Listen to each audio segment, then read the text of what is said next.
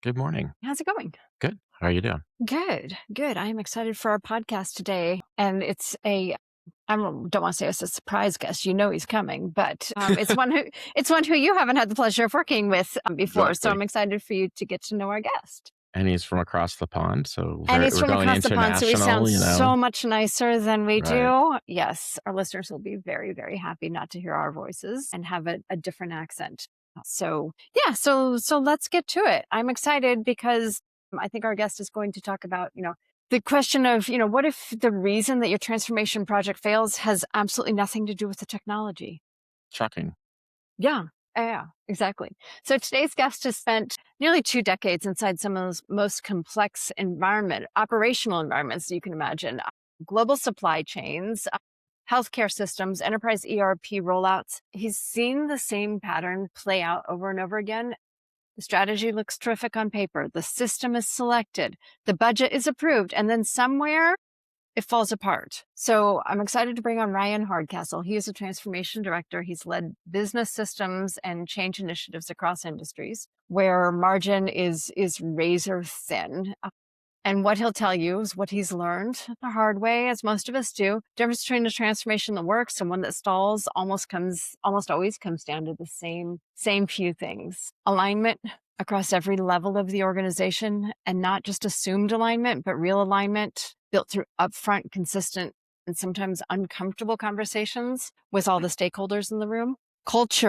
A culture where it is safe to surface problems early, because when people are afraid to flag what's broken, accountability disappears and your project goes poof. The time. And then also his approach to a phased and gated way of leading transformation projects that lets you course correct before you've committed everything to a direction that may or may not work. So I'm super excited to bring Yeah. Ryan into the room. Let's Awesome. get Let's do started. it. One, two, three, four.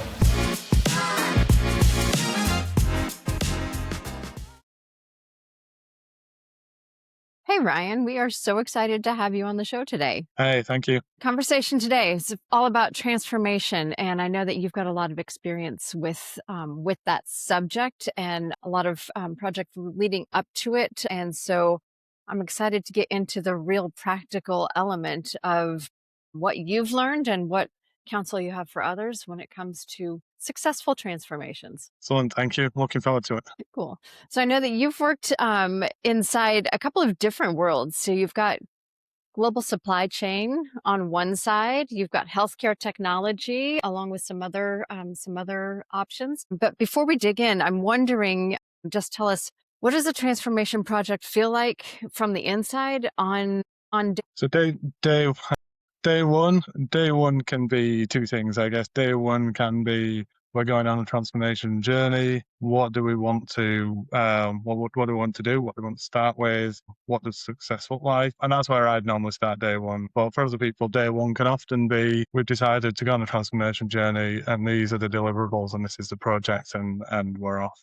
But yeah, for me, definitely day one is we want to go on a journey, we want to transform, and what do we want to achieve? And day one is setting those expectations for me, definitely, rather than just going straight into delivery. It's making sure that everybody's aligned, everybody knows what we want to do, and setting the scene and taking those baselines as well. In your experience, what is the impetus for most people starting a transformation? Is it growth? Is it stagnation? Is it market pressure? Like, what are the real reasons why most people start transformations? So most people tend to be it tends to be technology from what I've seen. They need to advance their technology. I mean, now is a prime time for that when people are wanting to move to cloud and then they want to move to AI and they're wanting to advance and make sure that they keep up with the times and they can integrate all of the new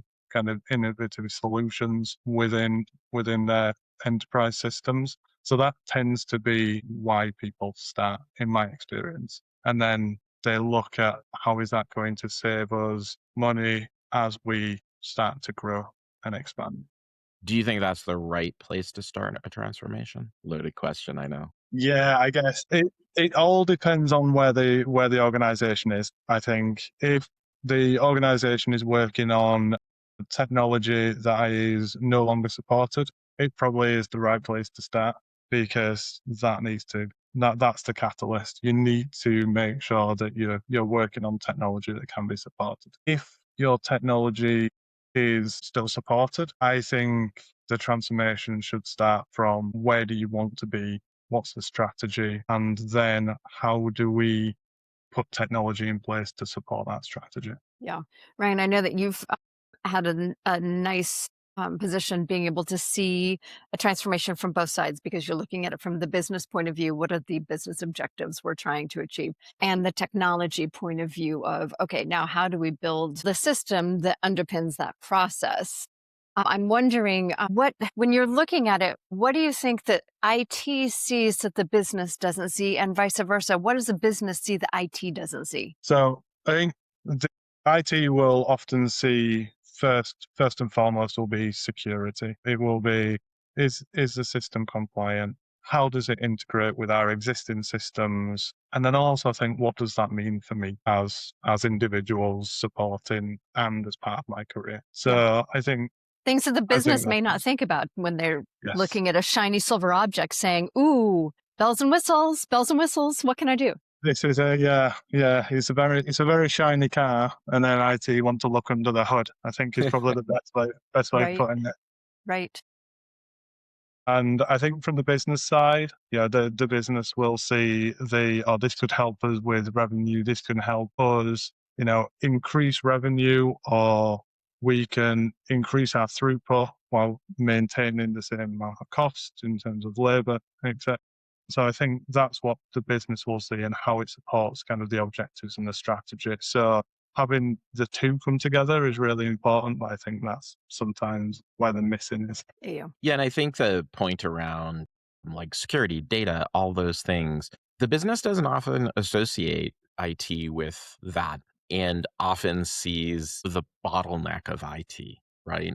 And like, well, we really have a strategic position in protecting the organization. And that's not really a message you hear often, and not even from CIOs often. I mean, they obviously would say it the most, but you don't really hear it from other C-level executives in this transformation space to say, well, wait a minute, guys, the reason IT is asking these questions is because we can't be vulnerable to threats. We can't have our customer data leaked. We can't have employees, having unauthorized access to areas of this company that they shouldn't have access to. What is your kind of guidance as you're leading a transformation on bridging that gap between both IT and the business? I think again from the very start, it would be understand what those questions are, what those guidance are, and involve them early. For me, it's something that has to be worked through, and very rarely do people enjoy working through it. 'Cause as you said, Rich, it's kind of it's seen as a bottleneck, but you need to you need to work through it. You need to answer those questions. You need to make sure the data is protected. So engaging with those IT teams and making sure okay, I need to answer X, Y, and Z questions. So even when you're going through kind of software selection processes, you can start the ball rolling at that point and answer the questions. So then when you get everything approved, you're going into delivery mode and you're not having to then start to address all of those questions. I'm wondering when a transformation stalls, what do you think is usually the what's happening underneath the facade here? What are the most Yeah. common challenges you see? Yeah. Kind of the swan or the duck on the top of the water looking nice and calm with the legs going underneath. So it tends to be, for me, what I've seen in the past is it's a misunderstanding. People are working very hard and they're working for the objectives and they're trying to get their piece of work done. But because they're focused on what they're doing, they miss the bigger picture sometimes. So people are kind of working in silos a little bit and working over here and working over here and working here. But then you just need to make sure that you're all working on the same jigsaw. Yeah, yeah. Yeah, How do you we talk about the silos a lot, and it's literally my biggest frustration about corporate America is everybody's kind of heads down doing their things. And to your point, with the best intention to get their job done. Where do you think that breakdown happens in terms of the silos? Do you think it's leadership? Do you think it's the transformation office? Like, where do you think that breaking of the silos happens? Because it happens very rarely, let's be honest. Like, and we just finished a project where we worked with a client for about 8 weeks doing a Vibe Fest, AI rapid development. And each of the teams had to come together. And so part of the goal of the 8 weeks was you have to reach across the aisle. Like, you literally can't develop this product without it. But that was a very different thing because they were developing from the ground up. And well, that's not usually what we're doing. So how do you bridge that? Because that's a cultural thing. And sometimes obviously we're the outsiders in, right? We're not sitting inside the political machine, so to speak. Yeah, and bringing everybody to the table is definitely having a shared purpose, having a forum where you can bring the business, IT, transformation, and you're all partnering with each other. And you're talking about what we're working on, even if it's not talking about the problems, because there aren't any problems that week. Still talk about what you're working on, Right. because it might be that actually, oh, well, there's something that you're working on over here that I can Right. help you with. I'm working on it and I've already done it over here, and you can kind of bring them together then. So just having a common forum where people can kind of talk for kind of 30 minutes, and I find that helps in the past. And do you think your role as like a transformation leader is to engage those tough conversations when nobody will? Yeah. I'd like to think it's everybody's responsibility, but We- Yes, yeah, agreed. I will if other people won't, because yeah, for sure, transformation can't be successful if everybody's not on board. Everybody's not part of the journey. So yeah, definitely. Well, I think we were talking before we recorded, just it's the tough conversations that make or break transformations sometimes, because those are the ugly real questions that need to be wrestled with. And sometimes you get to the middle of a project and realize, okay, those haven't happened at the right level and to the right detail. And I think that that's really painful. And I think a lot of times leaders don't want to hear that, because at some point in time they're called to the carpet for, okay, we have to make a decision now. And you are the only person within this project who has the authority to make that decision. And that's uncomfortable to call out leaders sometimes. Yes. Yes, it definitely is. But it's all about the framing of it as well. I think, you know, there's option A, there's option B, these are the risks. But yeah, it is very difficult and it can be very uncomfortable, but you need it to move forward. Absolutely necessary. Yeah. Yeah, for sure. For sure.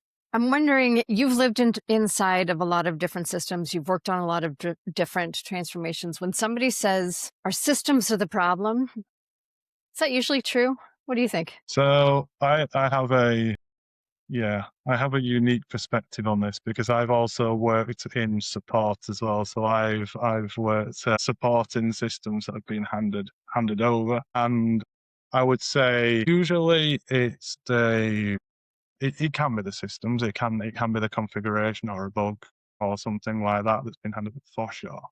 But generally speaking, I find training, because when you're setting the budgets to deliver projects, the things commonly that I see getting trimmed, change and training.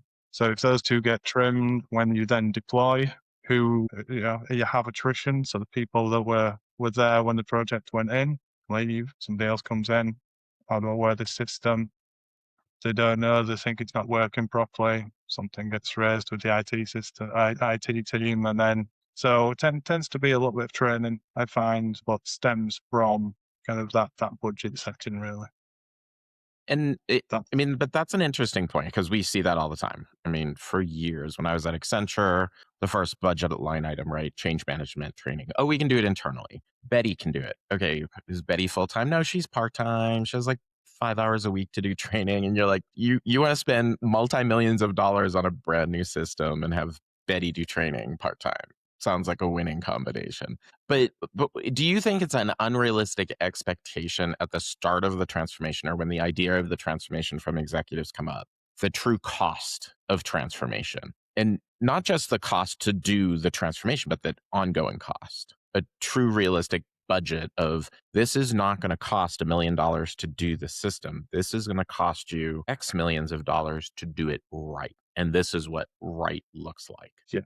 And that's where I think a gating approach can really help. So and it's difficult because the first part is discovery, and you want to do some discovery, but you don't get any benefit out of just doing discovery, especially if it doesn't move forward to the next stage. So, but in an ideal world, you do your discovery, and I've seen this work previously, but obviously you leave money out there because some projects you don't move forward, but you do your discovery, and then you move into a phase B, and you say, this is what it's going to cost for this. And then you start to set it for, this is what it's going to cost to maintain. So you get more accurate with your estimates as you go along for like ongoing support, as you said. And when you want to deploy or prior to deploy, what's that training going to cost? You'll have more of an idea. So you get more solid estimates as you work through that gating process. Yeah, I appreciate that. And I also appreciate because then you start to get a better sense of, okay, what does day two look like? Because we talk a lot about day two. Okay, right. We've got the shiny silver tool. Everything's beautiful. Now what? Who owns who owns adoption? And I think a Yeah. lot of times, again, we put these projects together and there's a sense of, okay, Betty's going to do training. Okay, but then that goes away. And adoption is a long term, like we've got new people who are onboarded. That's a big element. And then we hope that these tools continue to evolve too. And so I think, setting up that operating model in order to get a rhythm that continually adds to this stack, to your point, Rich, that you've spent millions of dollars on, is critical. Where do you see the most common failure points for transformations? So testing is one I find gets underestimated quite a lot. So there's usually an assumption that you're going to test things and most of it's going to work. There'll be a few small problems that need fixing, and then you'll just go around and fix them, and then off you go. So I find that when project timelines are put together for delivery of a transformation project, testing is usually one. I think even before you start setting the budget, because as we've just said, if training gets taken out, if I've seen before assumptions around, we'll get a discount on licensing and hosting, so that goes into the budget. You don't see those come through. And then the project team are really trying to react because they're trying to deliver this project at the same time as reforecasting, rebudget, and put it back through the hopper. So yeah, those two areas, and then the transition into BAU support. So as you transition it to your support teams, a lot of the time the support teams are involved at the end, and then nobody's had time to do any documentation of all the fixes and how it was put together because they were heads down trying to get it to work and deliver to a timeline. And if you bring in those support teams early and they can work through it with you, then they can kind of transition it to BAU. So I think BAU, budget, and testing are the three for me. Yeah, which is interesting when you talk about budget and support and bringing people in. Do you think they do a good job bringing the right people in, to your point, at the right time? So often there's not a finance person assigned to many projects that you work on, right? And to your point, budget is something that constantly gets revisited. So you may have that, oh, we're going to spend $2 million, that's your budget. But to your point is like, yeah, but as I work through this, that budget may flex up or it may flex down. And like we constantly kind of have to adjust that.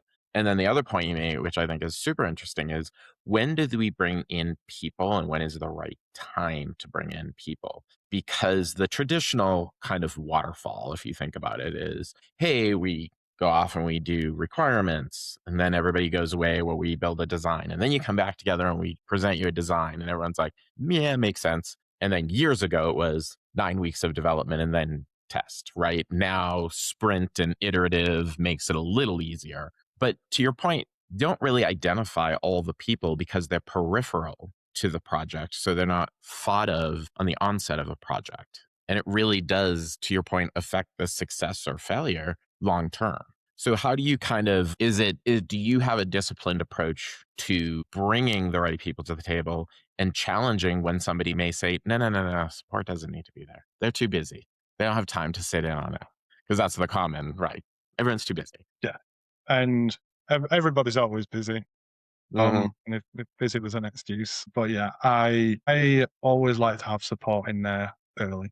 Like if I could have them at design, I would, but usually it's as we step into testing and development and that iterative approach. And especially as you have kind of the wireframe sessions and the demo and the continuous iteration, because with kind of modern tools now, it's not like you said, 9 weeks of development, you can produce things quite easily and quite quickly that maybe doesn't have the finished, polished feel to it, but everybody can get a sense of where you're going and what it's going to look like. And then the support team can say, oh, but this here is going to be a problem for this site over here because most things are global rollouts, whereas they'll work perfect for this large site. So having them in early and definitely during kind of that development test agile approach is where I like to bring them in. Right. Nice. It's really that I think kind of the misconception about IT is kind of a misconception about support is they really do know your customers, right? They hear from customers all day. They know the pain points. They resolve the pain points. So it is really, again, one of those untapped employee groups around the knowledge of your business. Yeah. And they are good change advocates as well. They speak to the end users all the time. They have those working relationships, like you say, so they can spot things, but then they can also advocate for the system as well and say, "Oh, I've seen it. Actually, looks really good." And they can share things. It's easy to make a recording of something now, and that you can disseminate across. So Yeah, 1000%. Talk to me about data because I'm looking at your background, supply chain, lots and lots of data. I mean, you've worked in healthcare, lots of data, different consequences for both of them, obviously. I'm wondering, just as you've moved from industry to industry, what has changed as you look at data and as you say, what's good enough for data? And I think that's interesting because good enough is often people don't say good enough. They say, oh, I want perfection before I start to use this data. And the beauty is that with the technologies we've got through kind of AI and machine learning and everything else now, it doesn't have to be perfect. And you can use those tools to help you identify where you've got gaps in your data because it's good enough, but you want to iterate on it to get it to the next level. So for for me now, it's a lot easier to get to data that you can use and you can start to make data driven decisions and get it to a point. Whereas even 5, 6 years ago, it was more difficult to do that. You had to manually massage that data or transform it in a way that allowed it to be consumable. So yeah, I think that good enough data now is where somebody can kind of look at it and they can say, that makes sense to me when I'm reading that, and I can get 80% of my answers that I need from it. And then we can iterate on it to get to the next 20. Nice. I'm Yeah. wondering when you're looking at organizations, I mean, every organization wants to be data driven, right? Mhm. And then there are organizations that have data. And I think everybody thinks that they're data driven, but what are the differences that you see in the ones that are actually data driven? I think data driven is when you use it every day and it's a habit and you use it in a structured approach. For me, Mm, that's what data driven is. You look at something and you say, okay, we've got this much in the pipeline that we could sell. This is what our outstanding open POs is looking like. So being able to look at that and answer those questions in a structured way all the time, that for me is data driven. Being able to frame questions and answer questions around it and get insights. Having data is when you kind of look at it and think, I think this is what it's telling me, but I'm not sure. But if And yeah, if you're truly data driven, then that's also where the iteration comes in, right? yeah, Because you're really catching those gaps in your data. But it's incumbent on the leaders of the business to kind of define what that strategy is, which is often the gap, right? to your point, they look at the data and they say, oh, here's my pipeline. And we've all seen those leaders who will look at a number and say, that number is absolutely wrong. You're like, how do you know that? Because I know my business. I've been in this business a long time. I can tell you we didn't book $20 billion. Like, that's just impossible. Whereas there are other people who go, oh, okay, let me take that number and put it on a PowerPoint slide and move it down the chain. Where have you seen data-driven work really well, and an example of maybe where it just fails? So the 20 million is a great example, because I've seen that where, and if it's data driven, they'll look at that 20 million and they'll be able to dig into it and understand where that's coming from and be able to stand behind it. And I've seen that across in healthcare and in kind of the supply chain industries, where people have been able to look at the data and they've been able to say, even support tickets as well, you can use that and you can say, okay, well, 60% of my support tickets, and this is something that we have done in the past, are creating new users. Well, that's right for automation. So maybe we can use that and we can automate that. So using that data, that's data driven for me. Taking 20 million and saying, I don't really agree with it, so I'm not going to use that. That's kind of having data, and like you say, it's definitely something that needs leading from the top down. Yeah. When you think about data failures, you've seen that, and it's different it means different things to different businesses.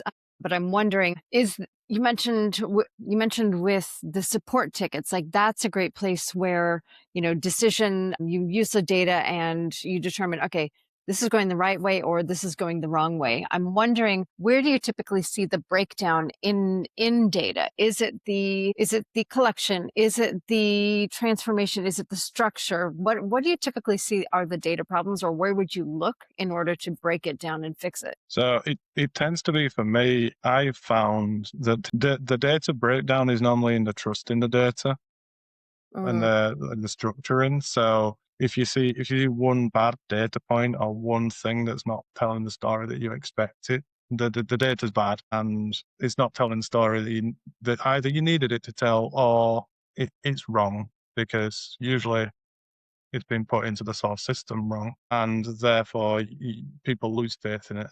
And that is the hardest journey when you're going from not being data driven to being data driven, is getting people to trust in that data set. And it's interesting because we tell this story all the time. We had a CIO on who said, she was explaining to the other ELT members and the SLT that IT doesn't create data, guys. The systems that are in the business create the data. So sales, marketing, support, that's where the data is originated from, either from our customers or from an internal employee.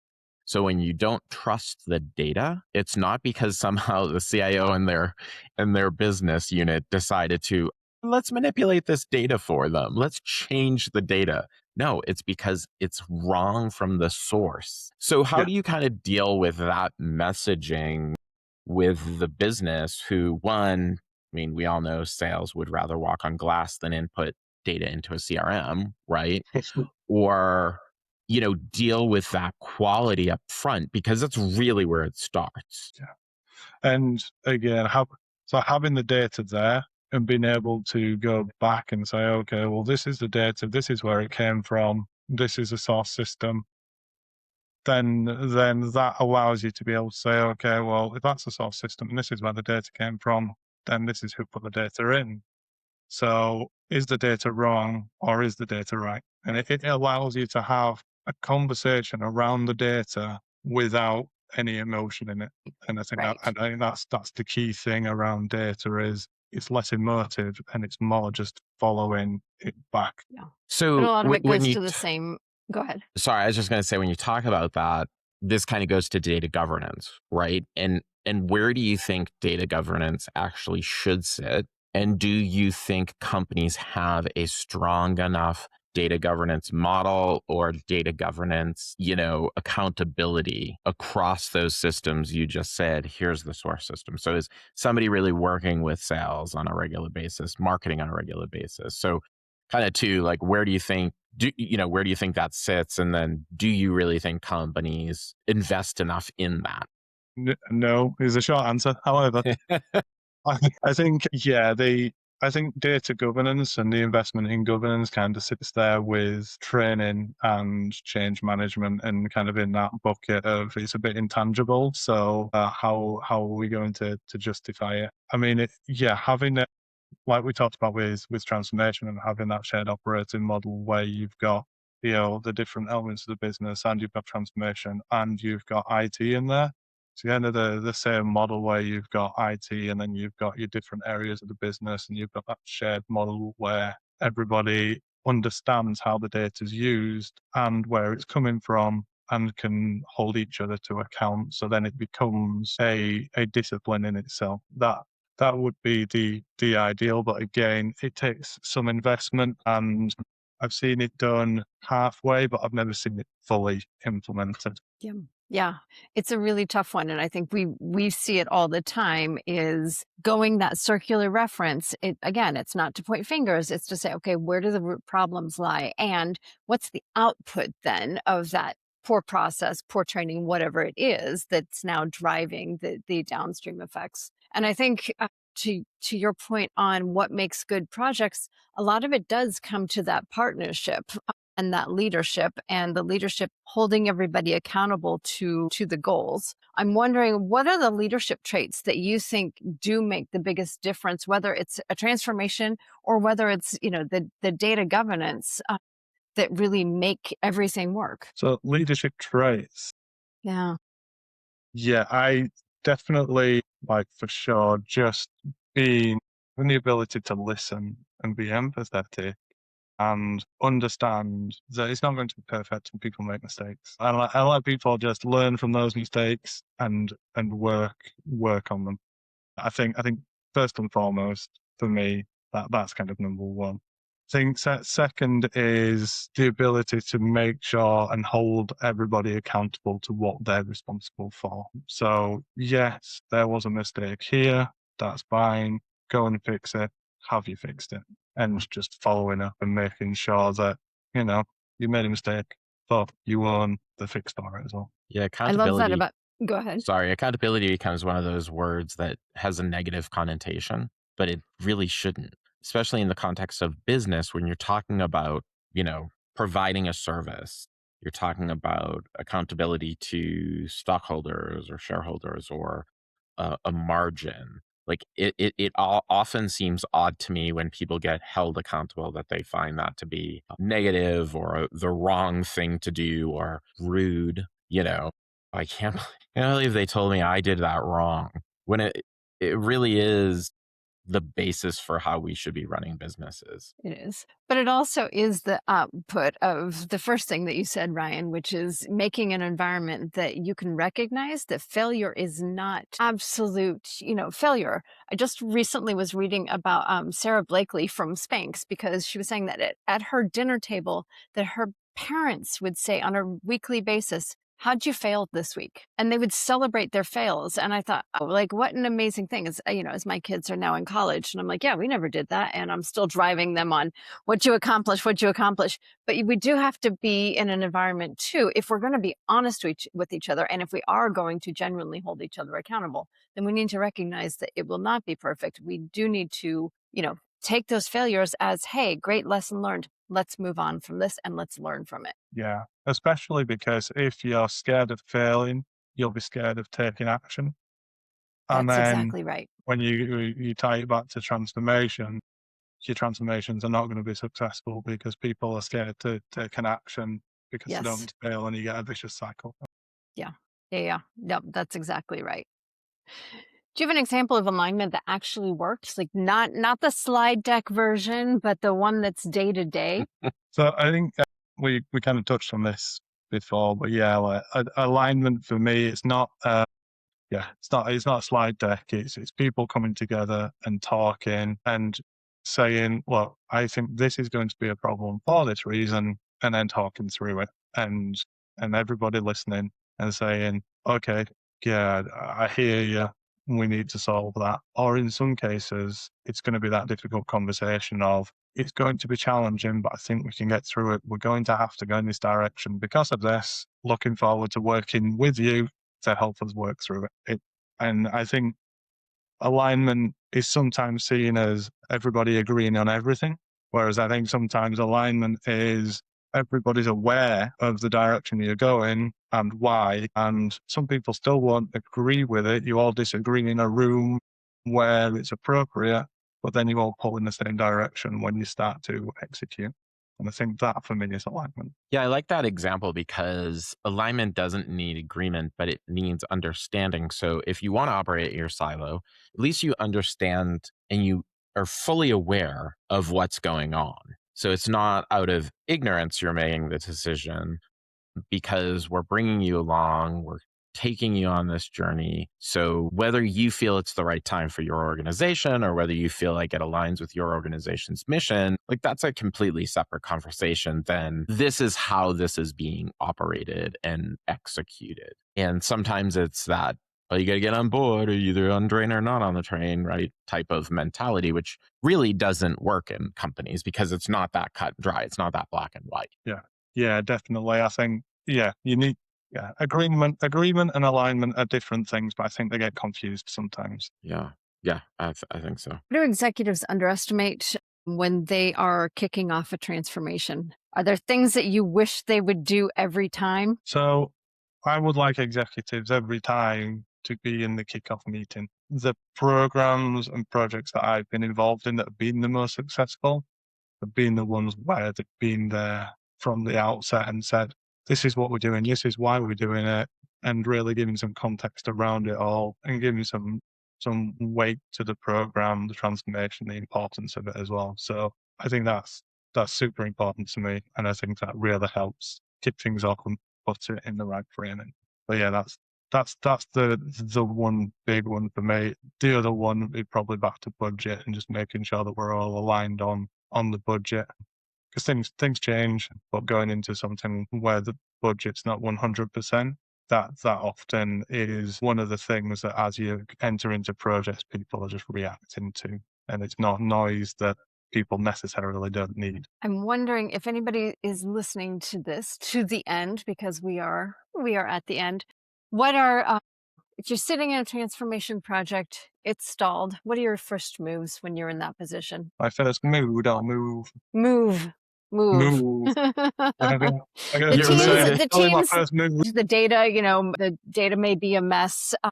What do you recommend? What's your first move when you're in that situation? Talk to everybody involved is why I always do, because you'll hear one story from one side. So I often hear one from a technical perspective, but I want to make sure that I get the business perspective, and I also want to understand the testing and the training and kind of all the different areas that are involved in kind of the reason that the project or the program, the transformation is slipping, whatever it may be. So yeah, understanding the whole of it.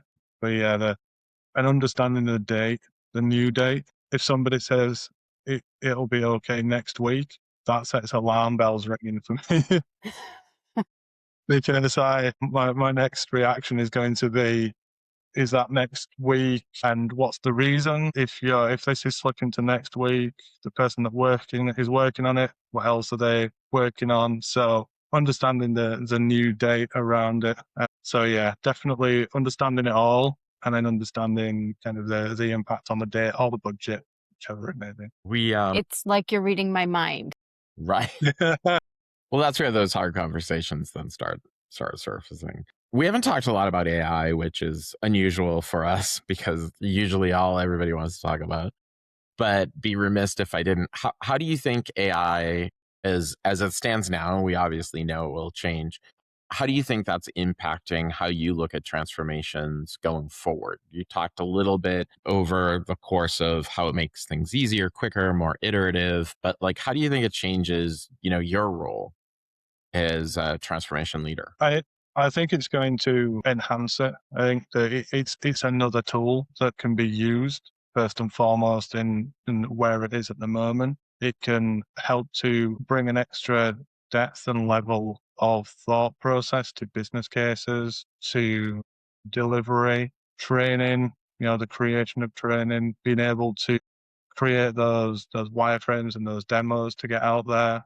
We hear a lot about the vibe coding and all of that now. So, I think it's going to help as a tool as it is now in all those different areas. I think moving forward, and I think this is true for AI in most areas of business, it's going to remove a lot of the back office work, and then you're going to be able to do a lot of the relationship. So you're going to be able to talk to people more because you're not having to do heads down work as much. You're going to be able to build those relationships. You look at sales, and we talked to, I think somebody said about CRM and not wanting to put all the data into CRM.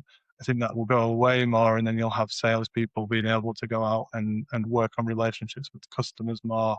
Same for kind of the purchasing, buying, supply chain aspects of it. Be able to work on those relationships to get products in rather than being able to update the PO to the next delivery date. So I think that the world is going to be more around relationships and connections and being able to focus it around that. Mm. On that subject, I'm wondering what either AI tools or podcasts or learning are you finding the most helpful? Because I think we're all kind of on this personal transformation with AI as well. What are you really enjoying right now? So I've got a little bit more time on my hands at the moment. So I've started to actually use some more of the AI tools. So I've been using Claude a little bit to kind of just help me with my English as I'm writing things. For sure. But also, I've actually been using, I think it's Baseball 4 to do a little bit of coding and app creation just to understand how it works. So that's kind of where I'm at the moment and why I'm using it. It's interesting and it's quite intuitive as well. And yeah, very I much think that's enjoying the it. part that's most mind-blowing to me is it's intuitive and then the product is insane in some cases. You're thinking, holy moly. Like it's really incredible, which Yeah, scares me as well because what am I not seeing that's not so incredible? that Right. that's it. And I think as you start to create these apps using the prompts, etc., there's still going to be an element of making sure that it's secure and that it adheres to all of the GDPR and all of the other requirements that you've got around security and personal data. So making sure that you give it enough context to understand all of that when you're creating those, all things really important. So it's kind It of goes full circle, missing. doesn't it? To the beginning of what's the value of the IT mindset You're to the right. business. Yeah, yeah. It's It's all it, about a lot of it is about risk management. It's risk management Right. and enablement. Yeah, Well, and it's funny because I've been designing an app in Claude, and I reached out to a really good friend who's, a developer and an architect. And I said, "Hey, I built this app that I want to use." And I said, "How do I make sure it's secure?" And I know to ask that because I've worked in IT and we've worked on transformations, but it is a little scary to think that any person now can build an app and put that app out there. And if they're really good marketers, somebody will start using that app and expose potential data that you don't want exposed. But you, as a consumer, don't have that security mindset. And you assume, and we are very trusting individuals nowadays when it comes to the latest app to download on our iPhones or, on our yeah, computer or what app to use. And it's kind of like as we get into this AI slop and all this other stuff, it is the warning that I don't think comes on the label. yeah, You know, yeah. all AIs are not created equally. That is true, and I think a lot of it is as well. We went from kind of low code citizen development to AI being able to create these apps very quickly. If there had been a little bit more time in between, and people would have been able to get governance around citizen development a little bit more, that might have then transposed more easily to AI. But it's kind of it's very difficult and a challenge to make sure that everybody's aware of, like you said, the security pieces around it. yeah, yeah. Without the horror stories of whatever airline it is, I'm trying to think of the ticketing when they were selling tickets for like a ridiculous number because AI had said, "Oh, this makes sense." I'm like, you hate to read those, but there will be more to come for Yeah, sure. yeah, definitely. Good, good. Ryan, this has been really interesting. Thank you so much for joining Thank you. us. Thank you for having me. I appreciate it. Excellent. And we will do it again. I'm looking to see where the next project lands, and you know who to bring in when you're Awesome. there. Or at least let's get back together and compare notes, because I think we tend to see a lot of the same challenges, and it's always helpful to have an extra point of view and new ahas to consider. Yeah, definitely. Excellent. Yeah, Excellent. Well, talk thank you soon. so much. Thanks. Thank you. 1, 2,